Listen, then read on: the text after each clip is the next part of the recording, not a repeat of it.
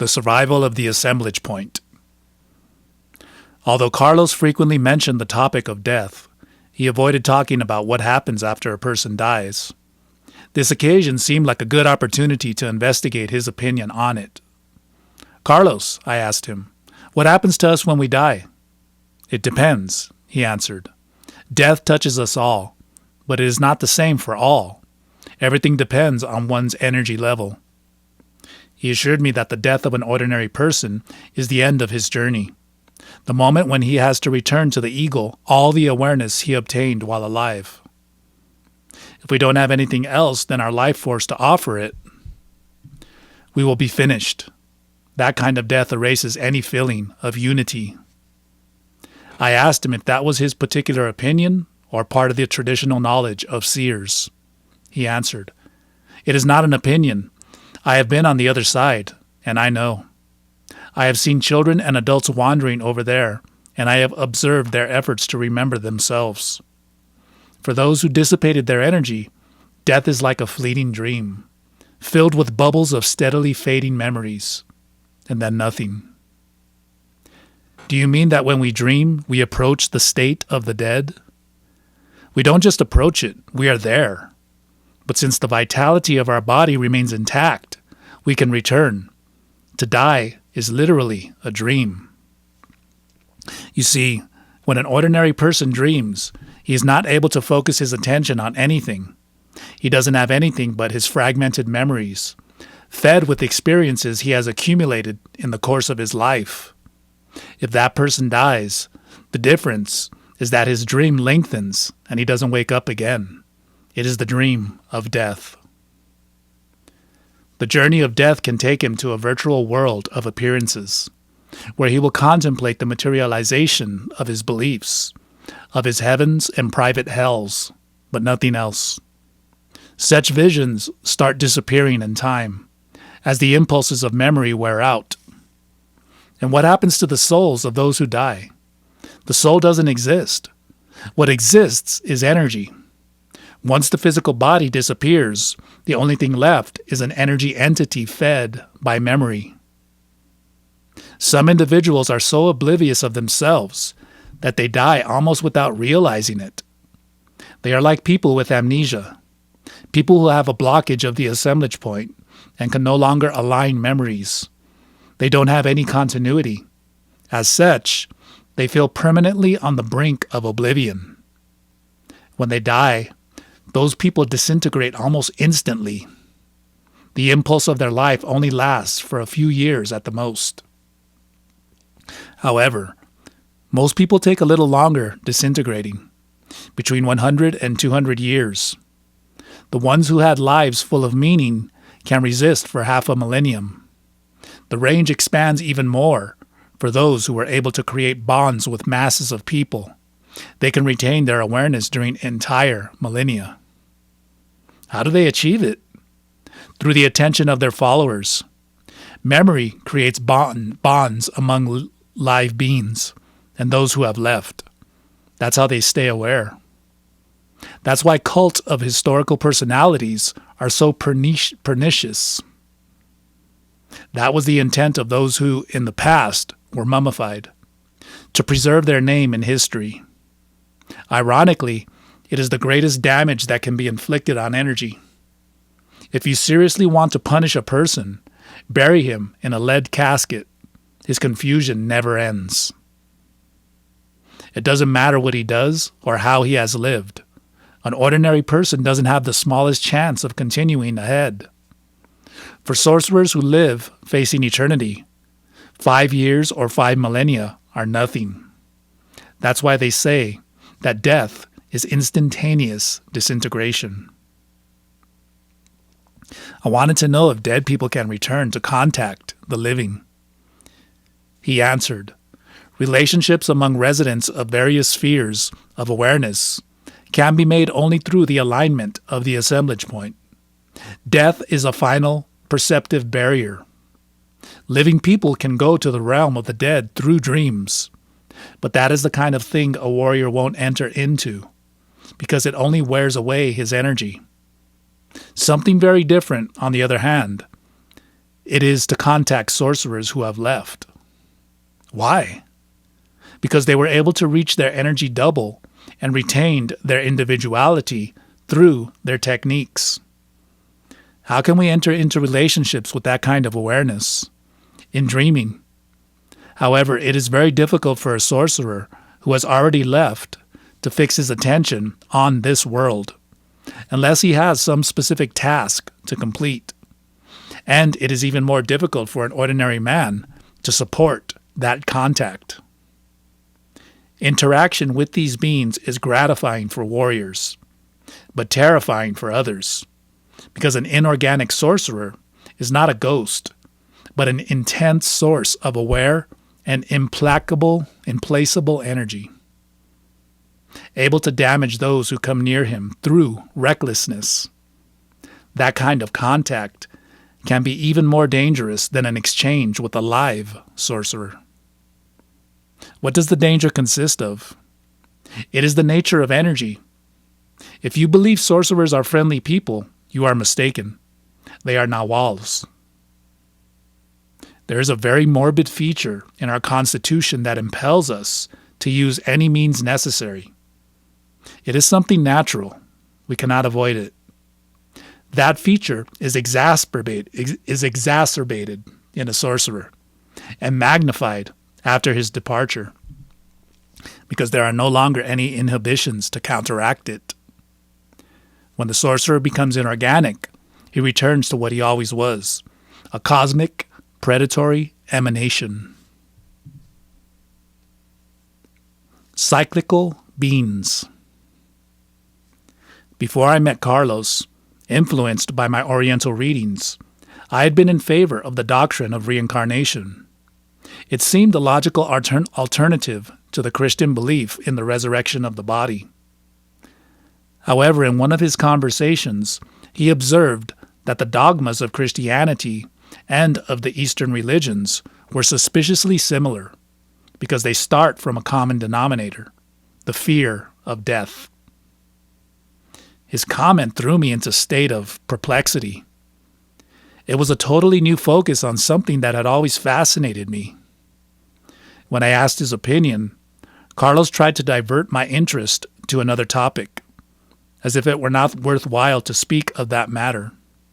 But later, changing tactics, he told me that all my beliefs about the survival of the personality were the result of social suggestions. They have told you that we have time, that there is a second opportunity. Lies. Seers affirm that a human being is like a drop of water that separated from the ocean of life and began to shine by itself. That shine is the point of assembling perception. But once the luminous cocoon is dissolved, individual awareness disintegrates and becomes cosmic. How could it return? For sorcerers, each life is unique, but you are hoping to repeat it. Your ideas originate in the high opinion you have of your own unity. But like everything else, you are not a solid block. You are flowing. Your me is a sum of beliefs, a memory, nothing concrete. I asked him why religions preach their very different doctrines. He answered, "It is easy to understand. They are answers to the ancestral fears of human beings. Each culture generated its own explanatory propositions, but only seers were beyond beliefs, corroborating those aspects of emanations of the ego for themselves." He explained that there are energy clusters in the universe to which we are hooked like the beads of a rosary are hooked to each other. We are cyclical.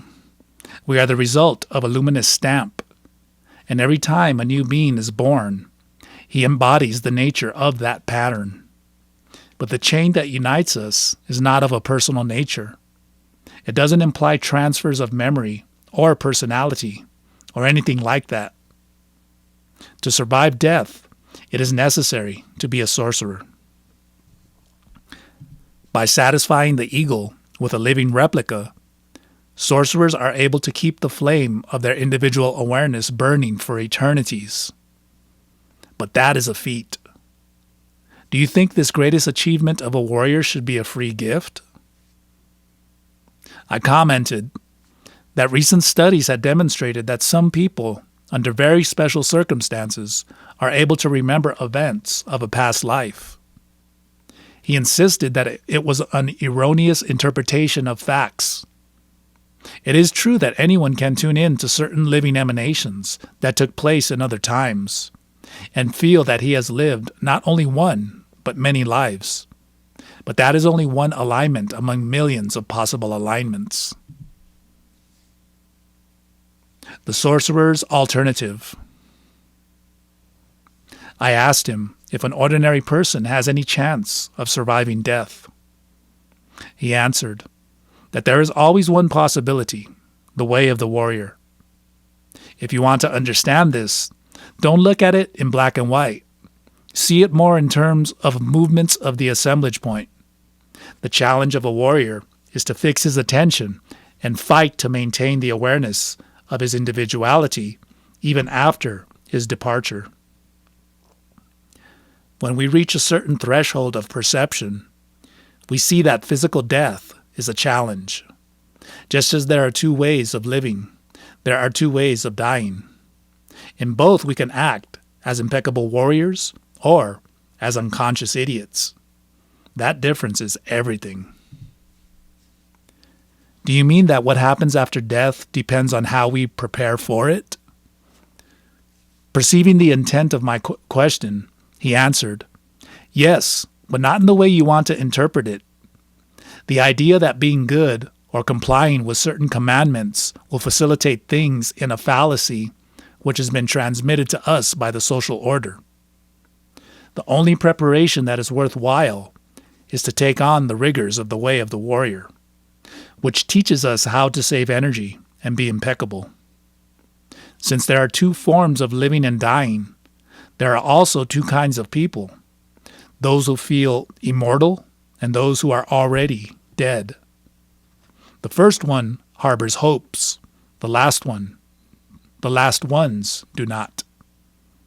A warrior is somebody who knows that his time is already up, but still continues to fight, because that is his nature. If you look into his eyes, you will find emptiness. But then what is the Sorcerer's Alternative really about?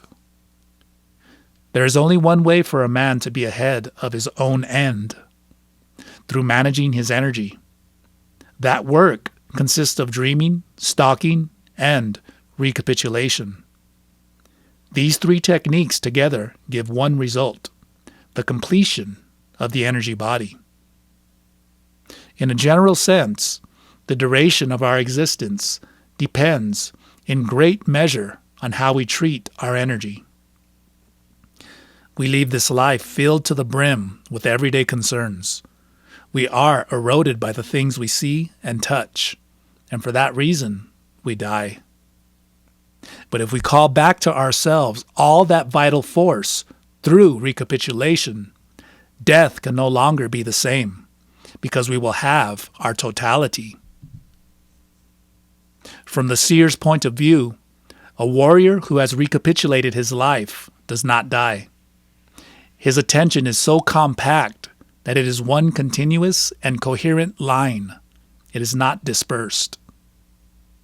His recapitulation never ends. It continues for eternity, because it is the work of retracing his steps, of existing on his own and being complete. Just as we need a certain quantity of experience to function as individuals, a sorcerer requires sufficient practice in the second attention to be a true sorcerer. Otherwise, he won't be prepared when the time comes, and he will depart into infinity as an incomplete sorcerer. Nevertheless, a warrior who struggled all his life to reach the parameters of impeccability does have a second chance. He can gather the events of his existence and pick up the scattered energy in order to pass into the world of the Nagual. I asked him what a sorcerer does in that world. He answered, "For most people, to die is to speechlessly enter something very unfamiliar, much like what we experience in ordinary dreams. There, nothing has a linear sequence, and the concepts of time, space, and gravity do not apply. Imagine what a warrior with the control of his dreaming double can do on a journey of that nature. No doubt you can see that this is a great feat of awareness. A sorcerer is somebody who spends his life tuning himself through arduous discipline. When his time arrives, he faces death like a new stage in his travel along the path. Unlike an ordinary man, he doesn't try to soothe his fear with false hopes.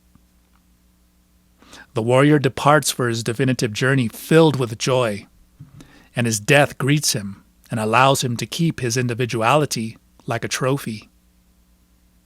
His sense of being is so finely tuned that he becomes pure energy and disappears with the fire from within.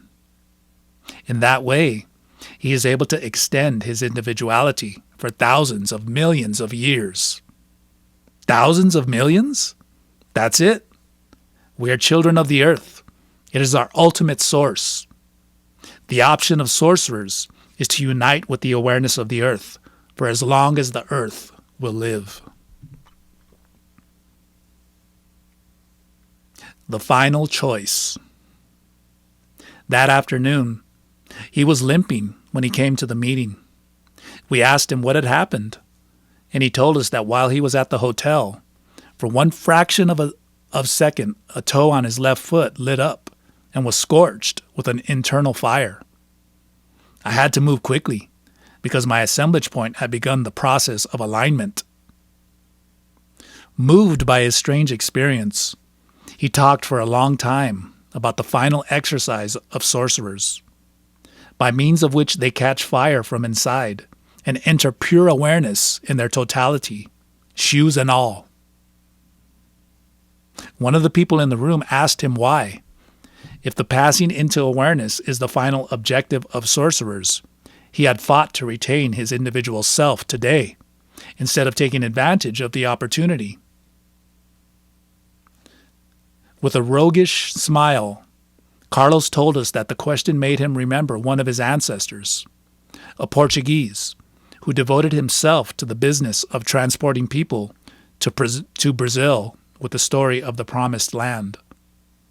The man made a small fortune that way, and he did a great job creating propaganda about the advantages of Brazil, but he had never been there. And here I am, transporting you. After we had laughed at his anecdote, Carlos changed the expression on his face.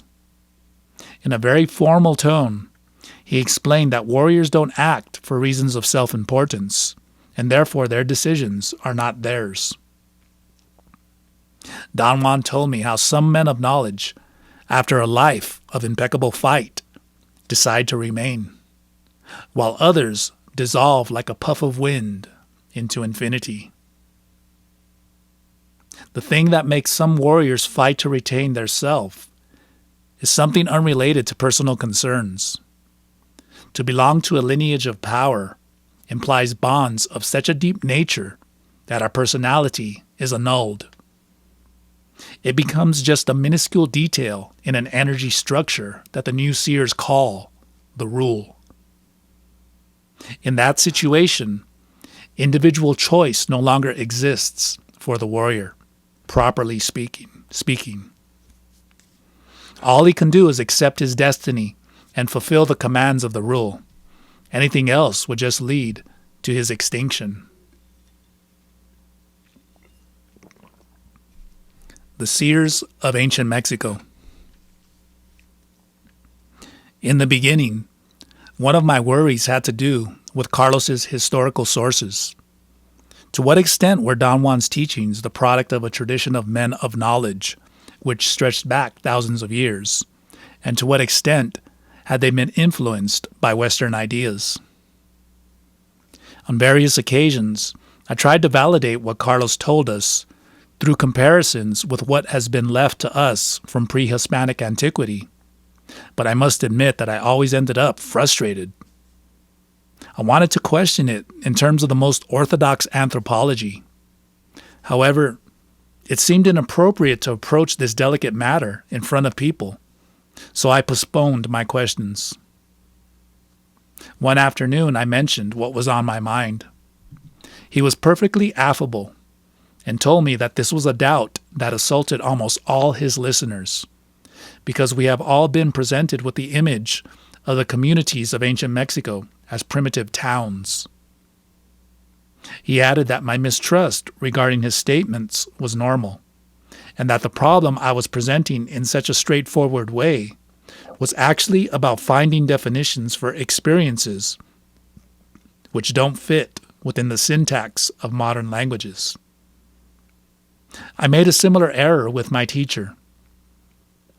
For Don Juan, anything that didn't serve the objective of the teachings was a waste of time. Every time I tried to find some relationship between his words and those I read in history books, he simply stopped speaking and turned away. Once I asked him about his reticence, and he answered, "Behind your professional concern hides a professional doubt. If you don't discard it, you won't understand the core of what I am telling you.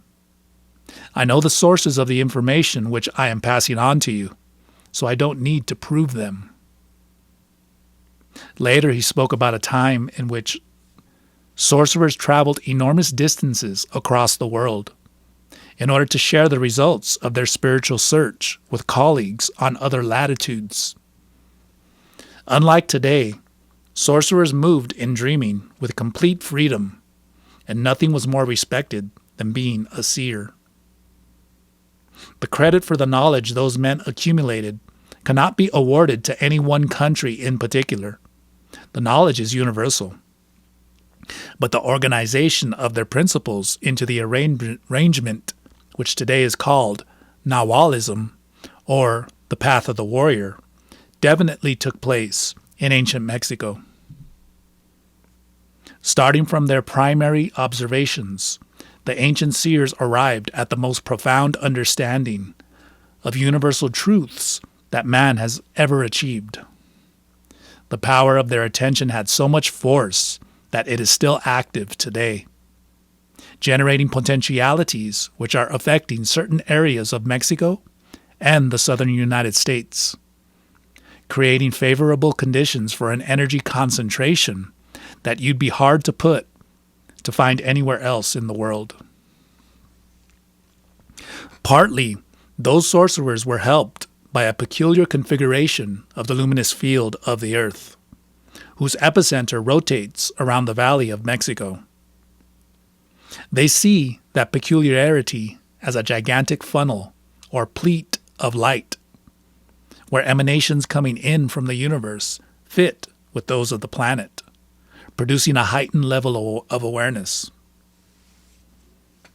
Don Juan thought that the formation is natural and was used to maximum advantage by the seers to increase their power.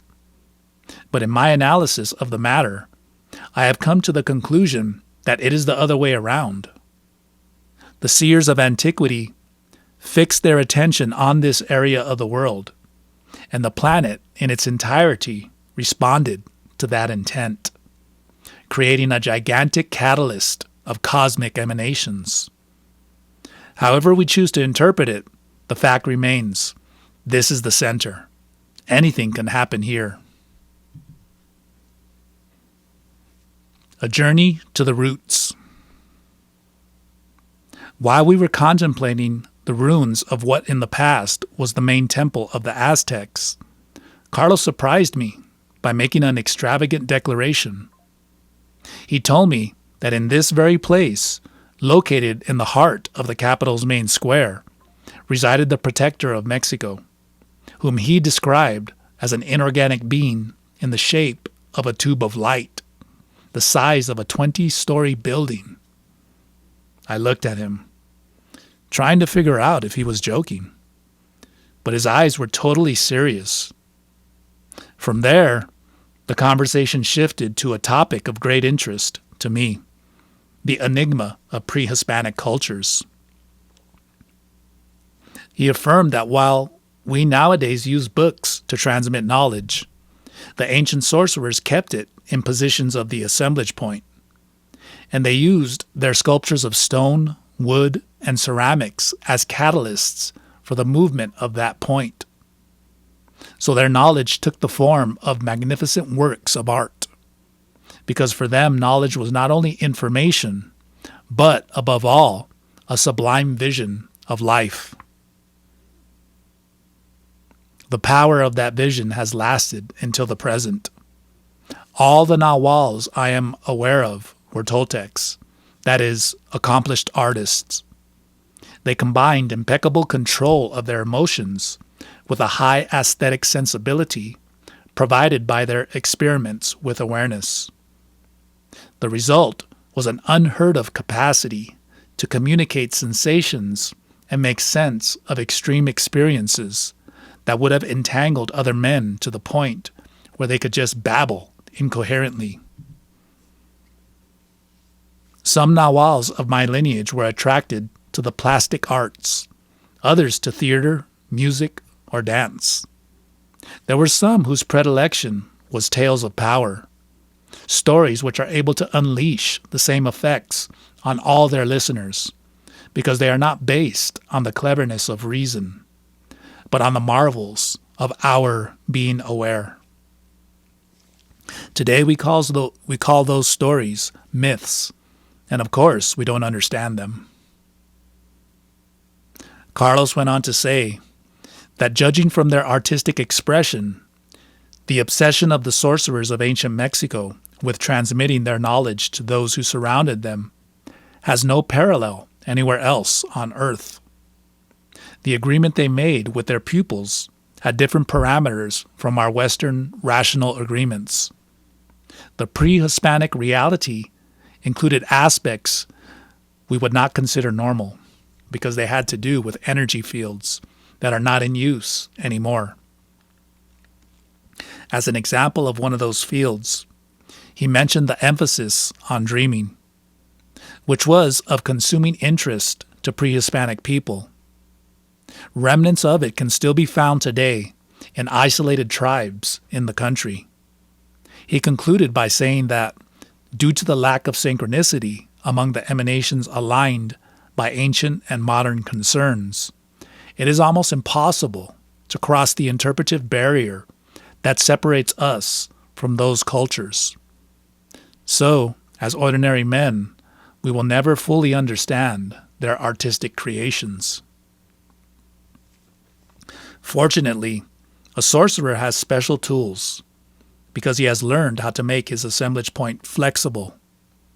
He can connect his attention with a modality of awareness of other times, and he knows how to adjust his concern with that of sorcerers who have departed. Don Juan was an expert on pre-Hispanic cultures. For him, old stones didn't hold any secrets. He sometimes brought me on a tour through the Museum of Anthropology in order to make me experience a verification of these special agreements for myself.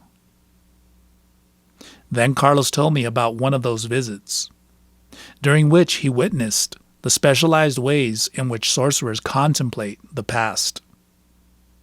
That morning, we had discussed historical topics. I was trying to convince him of the seriousness of my theories, and he was openly making fun of me. I got into a very heavy mood. Before entering the museum, he manipulated my luminosity and made me enter into a different state of awareness. His maneuver had the effect of charging the artworks with life. Everything was there. The luminous egg, dreaming, the warrior's way, the movement of the assemblage point. It was tremendous. As I verified the authenticity of the teachings, I made a swift and thorough assessment of my position as a researcher. I understood that in great measure, academic institutions had programmed me, not to impartially gather information, but to corroborate a certain description of the world. And this position prevented me from surrendering entirely to knowledge. So when I did my fieldwork, I was not so much an impartial seeker of truth as an ambassador for another way of life. This generated an inevitable collision, which often translated into distrust and mutual suspicion. As I was leaving my experience in the museum and returning to my habitual view, I could no longer understand, or even remember, my previous state of euphoria. But strangely enough, from that moment on, my academic point of view began to change. I learned how to see things as they were, without conceptual veils. Until then, I had been an investigator at the service of a system of agreements, the Western culture. Suddenly, I began to feel more and more comfortable with the idea that under the anthropologist's skin, there was an ordinary man involved in the task of finding his destiny. I asked him to give me some concrete example of how sorcerers interpret old monuments. In response, he asked me, "Have you seen the Atlantes of Tula?" I told him I had. Atlanteans of Tula?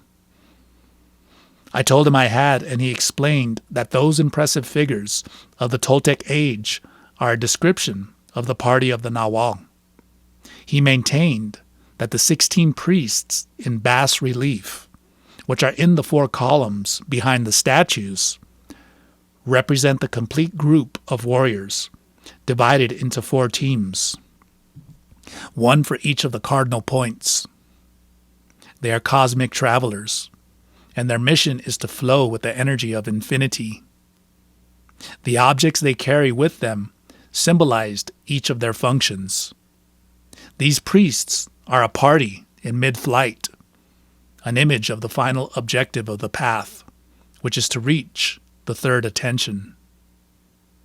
For a long while, he continued giving his own interpretations of various archaeological objects. His stories were so graphic, he gave me the sensation of walking with him on the millenary paths of a pre-Hispanic city.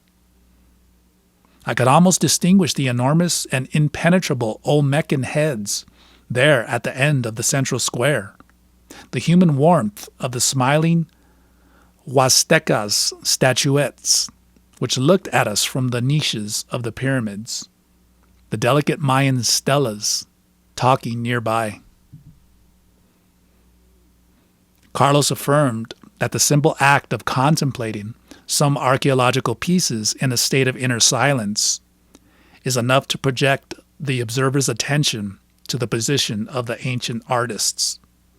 Hence, some of those pieces work as veritable traps of attention. Many of them were designed like that with deliberate intention. Their purpose was not ornamental or symbolic. Each one of their proportions and designs contain a detonator of psychic states and flows of energy. Those pieces are, you might say, catapults for the assemblage point. No professional investigation will ever be able to figure them out, because their creators were not in the least interested in adjusting themselves to rational criteria. To align with them, we have to have the guts to meet the challenge and perceive in terms of silent knowledge. He maintained that because of their intent, the creations of pre-Hispanic antiquity are true deposits of the second attention, an oasis of power in the middle of the dry sterility into which current civilization has thrown man. By encouraging me to present the heritage of ancient Mexico to the world at large, Don Juan began a kind of journey to the roots in order to validate aspects of the teachings which had remained hidden right up until today, and return to man the true dimensions of his being. As seekers of knowledge, we can have the full benefit of the old Seers' intent today in order to continue their work with renewed vigor.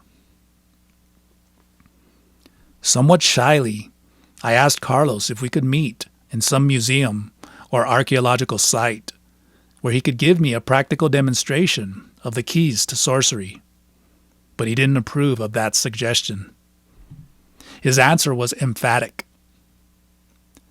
All you want to know about your country, go and find out for yourself. As a Mexican, you are the best qualified to recover the Toltec message.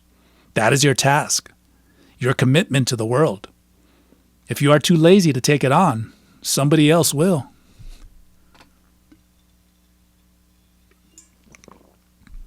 The antennas of the second attention. One time, while we drank coffee in a restaurant in the center of the city, I told him that I got confused by his enthusiasm when he spoke of ancient Mexico. In contrast with the warning made in one of his books about the dangers of visiting ruins or picking up objects from that time. I was referring to the thrilling stories he wrote about some of his fellow apprentices who got into serious trouble due to their habit of prowling around archaeological sites. He replied that I had misunderstood. I don't confuse the abstract knowledge of the new seers with the cultural focus of the seers of antiquity, because they are not the same thing. The old seers lived in the second attention. They were fascinated with its intricate details and tried to reproduce them in their daily life by means of their sculptures and buildings. In that way, they put big chunks of that dark fascination within reach of the masses. But Don Juan said that any form of representing knowledge is a subterfuge. It shuts you off from true, silent knowledge. In spite of the prodigious quantity of information that they were able to extract from the other side, the old seers ended up paying a high price for their propensity, their freedom. Therefore, one of the priorities of a modern Nagual is to direct his apprentices, at least during the first stages of the path, so that they are not trapped by the external side of knowledge. There was another reason why Don Juan insisted to some of us that we must not waste our time trying to make sense of something that has none. At that time, most of his apprentices had still not lost their human form, which meant that we felt impelled to classify knowledge, systemizing it as quickly as possible. That is not valid with the artifacts of ancient Mexico, because what has come down to us is too fragmented. There's still a lot of work to be done, and it is risky work, which can turn against the investigator. Why? As I have already told you, these creations are not innocent. The problem with them is the passion they stir up. The old seers were masters of obsession. Their works are full of tricks, and all of it continues operating today with the same vigor as on the very first day, because the fixation of a sorcerer's attention doesn't wear away with time. He added that the Mexican tradition of wisdom was designed by men of power in a supreme act of altruism. The intent was to rescue our essential freedom, but it only worked for a short time. And because they were steeped in rituals and superfluous beliefs, in the end, their creations became means of fixating the assemblage point of that society. Those works are enormous concentrations of intent, but the teachings they guard are not pure. They are blended with the self-importance of their creators, and to focus on them should only be done through stalking. Pyramids are particularly powerful captors of attention. They can bring us quickly to states of inner silence, but they can also turn against us. There comes a point when it is preferable to abstain from them, rather than venture without defenses into the domain of the old Seers. Keeping in mind my morbid inclinations, Don Juan had forbidden me to go to museums or archaeological sites on my own. He said that those places were only to be trusted when in the company of sorcerers. One day, while walking through the ruins of Tula, I had a truly unpleasant experience and began to change my opinion. "What happened to you?" I asked him. "Something that made me tremble with fear," he answered. "I could see that the pyramids exuded enormous energy fields, undulating like a bottomless sea, completely wrapped around the visitors. A very enjoyable condition for certain sorcerers, but not for us." I asked him if that phenomenon is linked only to Mexican pyramids, or if it can be seen in other parts of the world too. He answered that fixation is not a local phenomenon, it is universal. It appears wherever awareness strives to exist. But on Earth, only the human society invests a considerable part of its energy in creating symbolic objects of no utilitarian value, whose exclusive purpose is to generate states of attention. In fact, if they did not have this characteristic quality of being extraordinary energy accumulators, those objects and monuments would not exist. They are in this world, but they are not from here. They are agents from the other side, antennas of the second attention. Their designs and construction were personally directed by inorganic beings in every latitude and era. Once, while traveling through Italy, I went to see a famous sculpture. I hardly dared to get up close. I was so captivated by its beauty. I observed that people passing by could not help projecting their feelings toward the image. The emotional climate was so powerful that I could easily perceive how those feelings elongated in the shape of fibers towards a shadow which was vibrating behind the sculpture. I was not the only one who realized the phenomenon. There was a tourist there who, when he was attacked, took a stone and threw it against the statue. I applauded. Those things are centers of humanity's fixation. They condition the attention. They bind it. I commented that it seemed pitiful that the most magnificent creations of humans were in fact vehicles of their fixation. Carlos replied that I had it backwards. He said that the problem is not in the monuments or in the intent that gave them existence, or even in the inorganic entities who use them as traps, but in ourselves. Those works belong to another modality of attention. They have the ability to move the assemblage point, and that gives a rest to our fixation. But there is nothing more obsessive than the second attention, and to feed it with unrestrained enthusiasm can put us in a state of total energetic submission. However, that doesn't mean you cannot defend against those places. There are two ways by which we can counteract their heavy intent: turning away from them or cultivating impeccability. A warrior is able to emerge intact from any conceivable situation. When we cut our ties with our human form, nothing external can affect us anymore. Then those monuments of old Mexico are revealed in all their splendor, and at the same time, they take up position where they really belong, the place of silent understanding.